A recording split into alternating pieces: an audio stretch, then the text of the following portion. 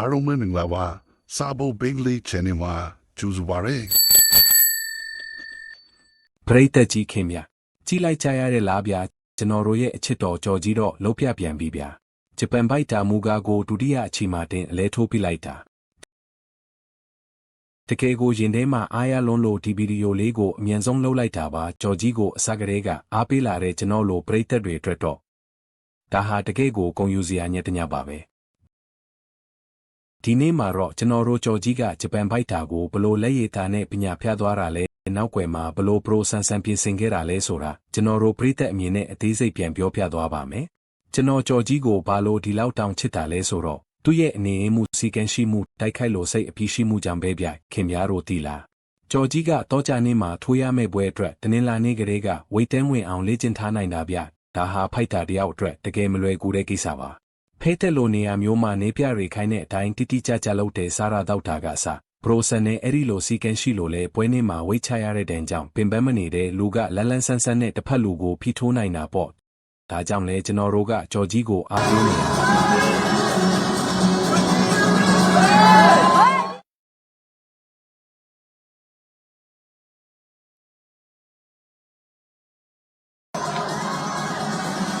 ပထမချီစတာနဲ့ကျွန်တော်တို့ကြော်ကြီးကအရက်ချင်းနေกว่าပေမဲ့လက်ရည်ကတော့ကွာခြားချက်ကြီးကိုဆက်ပြတော့တာပဲဂျပန်ဘိုက်တာမူကာကပြန်ခုခံဖို့စ조사ပေမဲ့ကြော်ကြီးရဲ့လက်သီးတွေကအယမ်းမြန်တော့မရှောင်နိုင်ဘူးဗျပထမချီမာတင်မူကာကိုနှစ်ကြိမ်တောင်တော့တောင်ချလိုက်တာဗျကျွန်တော်တောင်အိမ်မှာထိုင်ကြည့်ရင်ကြော်ကြီးရဲ့ဒုတိယချီတောင်ရောက်ပါဦးမလားလို့အော်မိတဲ့အထိပဲကြော်ကြီးကအယမ်းတည်ငြိမ်ပြီးတစ်ဖက်လူရဲ့အားနည်းချက်ကိုကောင်းကောင်းကြီးအသုံးချသွားတာဗျဒုတိယချီရောက်တော့ကြော်ကြီးကပို့ပြီးတော့တိတိတာတာအသာစီးယူလာတဲ့မူကာကတော့ပထမချီကအရှိန်ကြောင့်လူကရိုင်းနေဖြစ်နေပြီးကြော်ကြီးကတော့လုံးဝအလို့မပေးဘူးသူ့ရဲ့ပြင်းထန်တဲ့လက်သီးတွေနဲ့ဆက်တိုက်ဖိထိုးလိုက်တာမူကာတယောက်ဆက်မထိုးနိုင်တော့ပဲဒိုင်ကပွဲရက်လိုက်ရတဲ့အထိပဲနောက်ဆုံးလက်သီးချက်ဆိုင်ရင်ရုပ်ရှင်ရိုင်းနေသလားအောက်မေ့ရတယ်ဗျဒါဟာကျွန်တော်တို့ကြော်ကြီးရဲ့ပရိုဆန်ဆန်ပြင်ဆင်မှုနဲ့နေစနစ်ကြကြကစားတတ်မှုရဲ့ရလက်ပါပဲဂျပန်ဘိုက်တာကိုလက်ရည်တာကြီးနဲ့အနိုင်ယူလိုက်တာမြင်ရတာတကယ်ကိုအားရစရာကြီးဗျ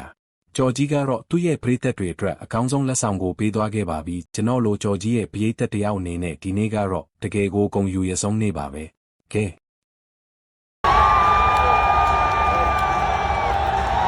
ခင်ဗျားတို့ကောကြော်ကြီးရဲ့ဒီနေ့ပွဲကိုဘယ်လိုမြင်ကြလဲ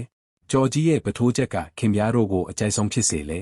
ကွန်မန့်မှာကြော်ကြီးကိုအားပေးစကားလေးတွေရေးသွားကြပါဦးနောက်လဲကျွန်တော်တို့ကြော်ကြီးရဲ့ပွဲတွေကိုအထူးအားပေးကြရအောင်တော့ဗီဒီယိုလေးကိုကြိုက်ရင် like နဲ့ subscribe လုပ်ဖို့မမေ့နဲ့ဦးဗျ